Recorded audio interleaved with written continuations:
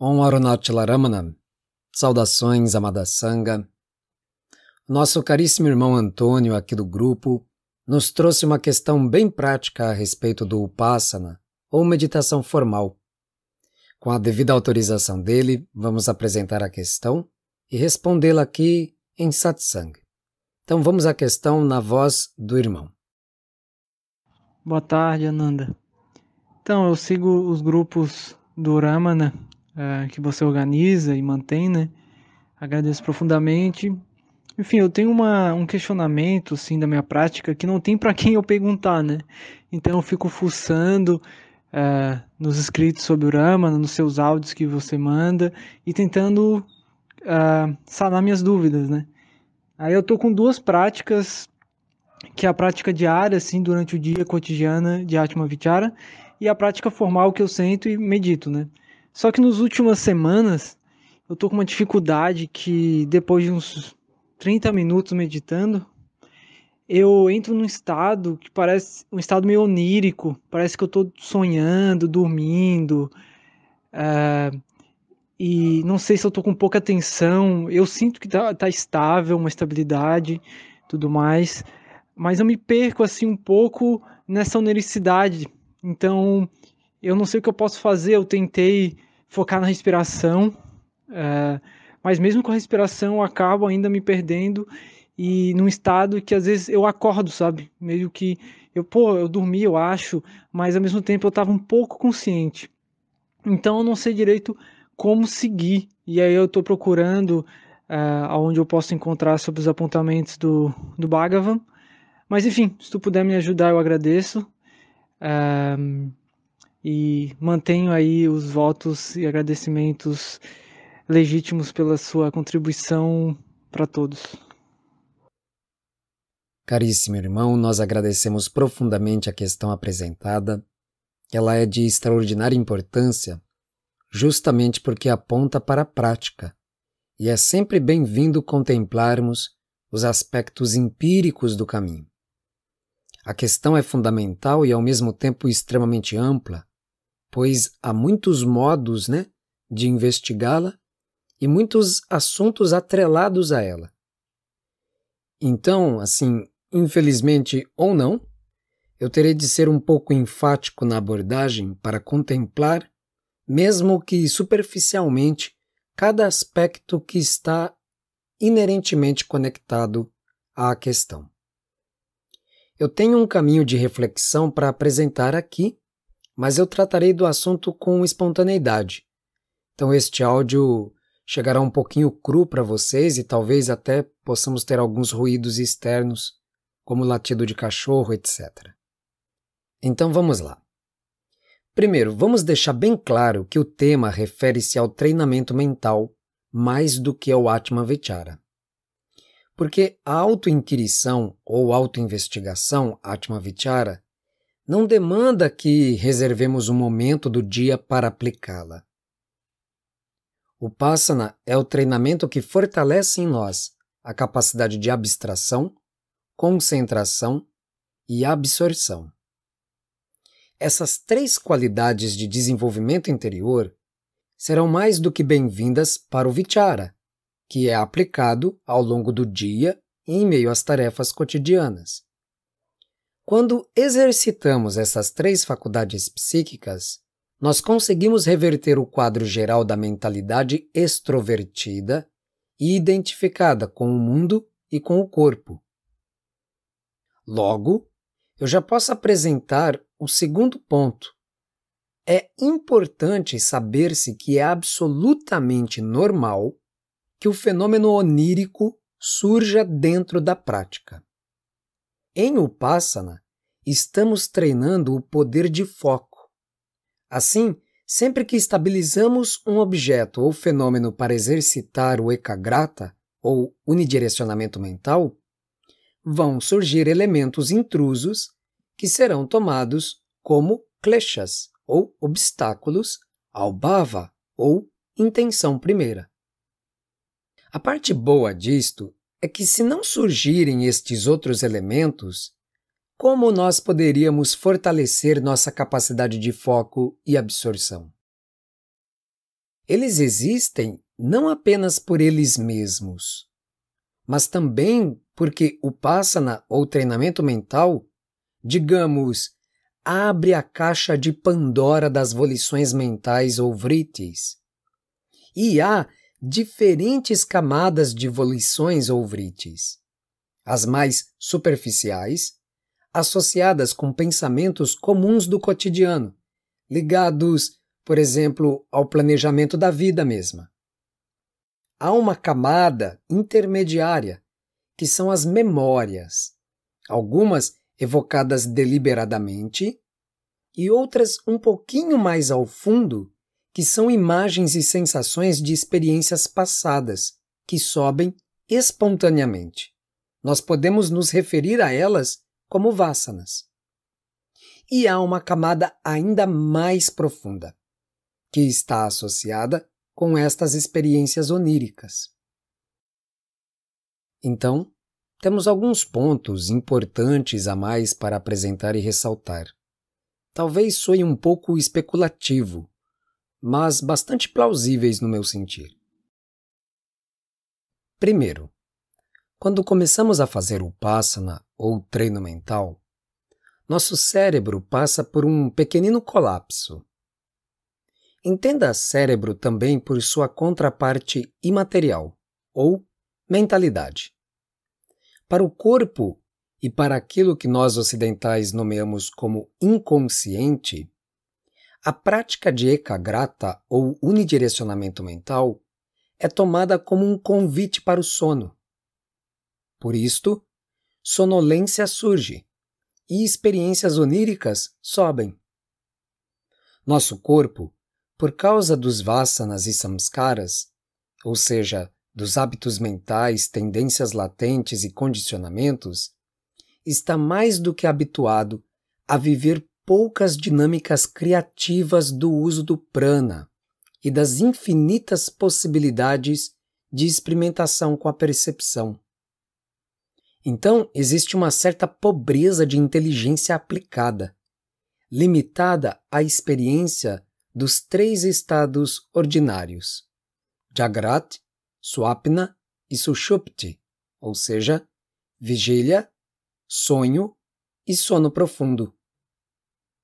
Quando nós sentamos para meditar, corpo, mente e percepção, limitados e condicionados como estão, tentam encaixar a meditação em um desses 3 estados.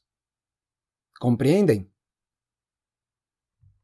Talvez possamos dizer que corpo, mente e percepção não sabem o que a meditação é. É como se os mayakoshas, ou estruturas densas, ficassem se perguntando: o que será que este primata maluco está aprontando agora? Ele parou os movimentos, fechou os olhos. Será que é hora de tirar uma soneca? Mas, puxa vida, por que ele não se deita? Será que ele quer dormir sentado? Será que ele está fazendo força para lembrar de algo? Por que ele não pergunta o que ele quer se lembrar? Enfim, algo mais ou menos assim. Eu disse que tem algo de especulativo nisso, porque também há um ponto de vista de que, na verdade, na nossa infância, nós tínhamos a capacidade inata da contemplação.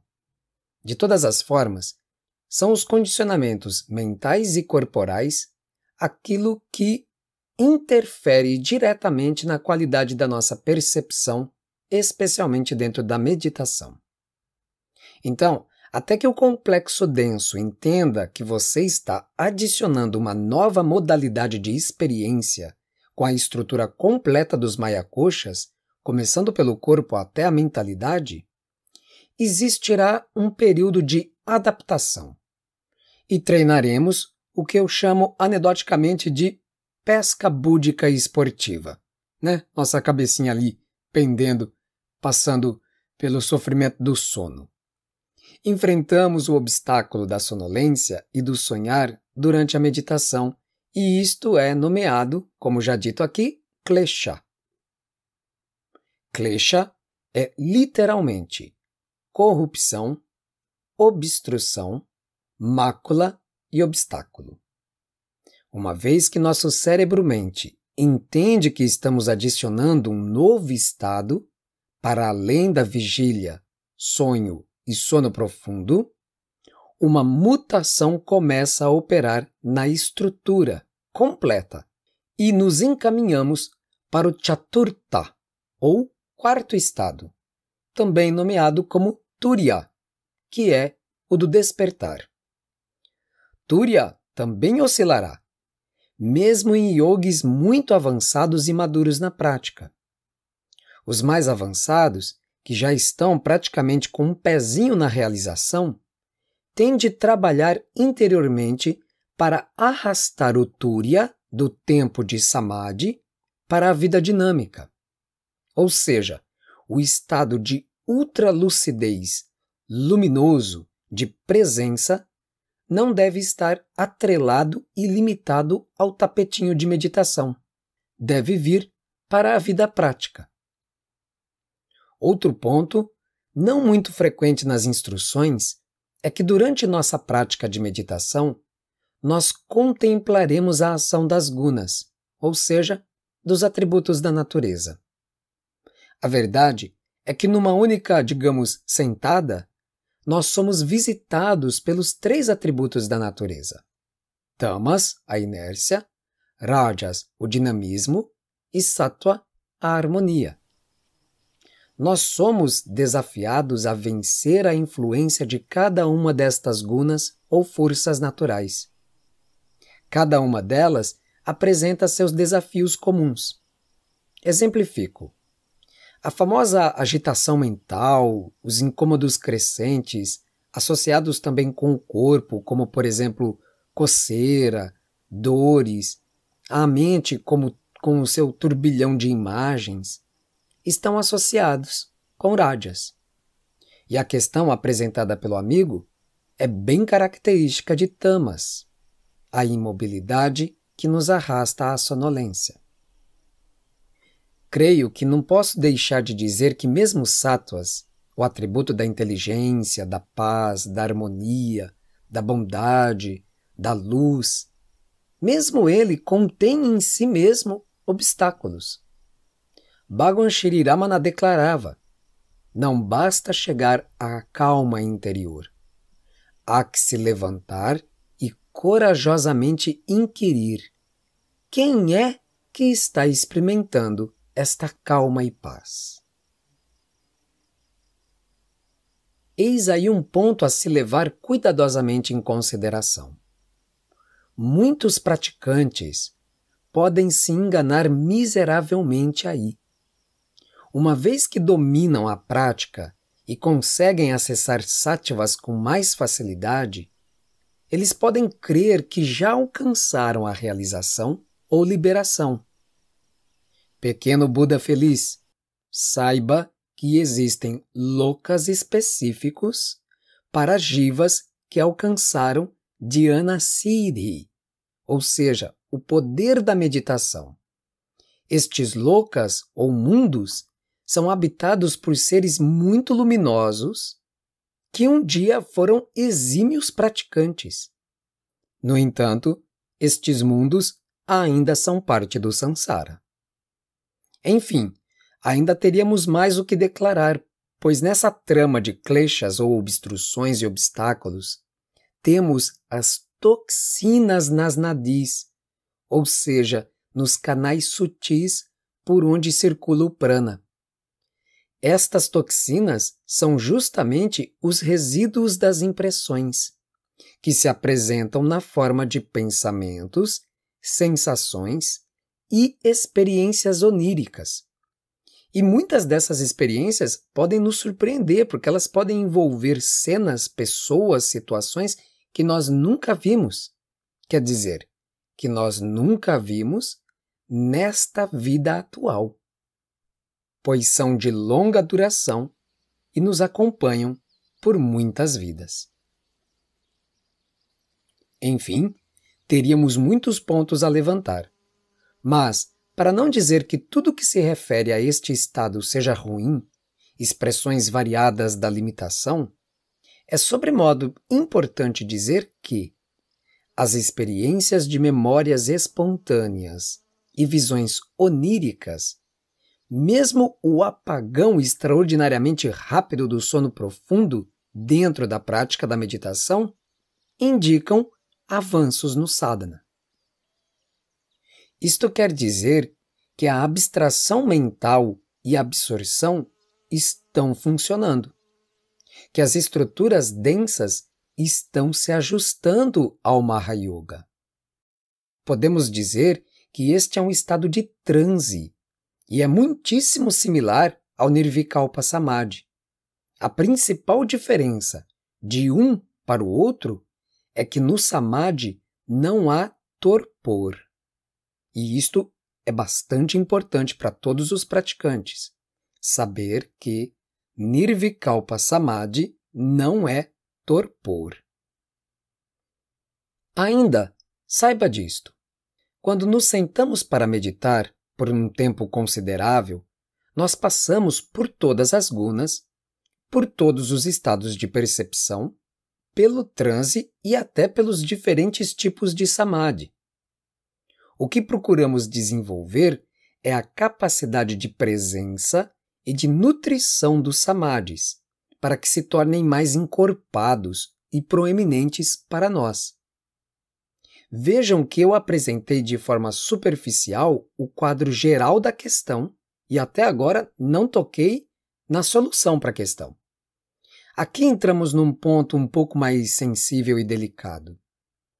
Os remédios, digamos assim, a serem aplicados para cada etapa do treinamento são muito variáveis e também peculiares a cada caso. Por isto, a necessidade da presença de um guru vivo é tão ressaltada nas escrituras e nas tradições místicas. O guru é um médico que, com um simples olhar, tem um diagnóstico sobremodo assertivo do paciente ou aspirante diante dele, e assim pode medicar da maneira mais precisa o que é o necessário para o yogin. Por exemplo, num caso como este, com a presença do sono e do sonhar, pode ser indicado passar um tempo meditando com os olhos abertos, até que o ajuste da estrutura densa ao Mahayoga se conclua. Mas, será que é assim para todos? Não. A variedade é imensa. Pode ser que para um outro aspirante, meditar de olhos abertos signifique a neutralização de seu avanço no sadhana, e que o mais indicado fosse trabalhar, por exemplo, com práticas mais breves no maior número de vezes no dia, ou alterar hábitos alimentares, mudar o horário da meditação, ou aplicar-se um foco mais aberto, noutras vezes um foco muitíssimo fechado. Ou seja, valha-me Deus, envie-me um guru. Mas calma, nem tudo está perdido. Se você prosseguir insistindo na prática, a prática mesma vai corrigindo e dissipando os kleshas, ou obstáculos. Isto porque sua abertura para a realidade intangível do ser sinaliza que o guru interior está te chamando. E sua resposta positiva ao chamado do guru vai te arrastar para o guru. O que podemos dizer é: confie no processo. Só precisamos disto, confiar no processo. A graça de Bhagwan fará tudo o mais. Não precisamos lutar contra qualquer estado de percepção. Tudo transcorrerá bem no final. A verdade é que esses muitos estados são todos impermanentes. Mas, se o nosso querido irmão que trouxe a questão e outros mais que aqui passam por esse klesha específico, por esse obstáculo específico do sono ou dos sonhos durante a experiência, todos nós podemos contemplar o quê?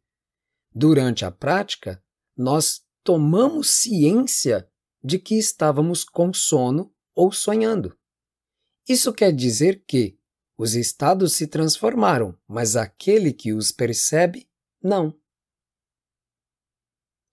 Recentemente, o irmão Tiago Pitiá fez uma postagem justamente quando essa pergunta me chegou. Curiosamente, a postagem do Tiago respondia à questão do irmão. Então, para ir para o encerramento deste satsang, eu gostaria de ler o que o irmão postou. Uma vez, um devoto, sentindo-se sonolento na hora da meditação, culpava-se por isso, ao sentir o sono irresistível. Quando ele disse isso, Bhagwan sorriu e falou com compaixão. Quando se sentir sonolento, vá dormir. Não lute contra isso. Quando acordar, se de novo se sentir sonolento, vá dormir novamente. Você não poderá continuar dormindo para sempre. Quando se sentir desperto, agarre-se a esse estado e medite. Seja natural. O pensamento de que sentir sonolência é pecado é o obstáculo. Vença-o indo dormir de modo natural. Mas firme-se na meditação quando estiver bem acordado. Finalmente, eu aproveito a oportunidade para avisar que nós vamos ter um grupo online de aprofundamento do Mahayoga, segundo revelado por Bhagwan Sri Ramana. Nós ainda vamos fazer um anúncio formal, digamos assim, em breve, explicando como funcionará este grupo. O objetivo é justamente tratar destes pormenores da prática, detalhando mesmo aspectos que podem passar desapercebido para tantos buscadores. Uma vez mais, agradecemos a questão apresentada pelo querido Antônio e esperamos ter sido de algum benefício para a prática do irmão e de toda a Sangha. Que Bhagwan abençoe nossa jornada. Om Namo Bhagavate Shri Ramanaya.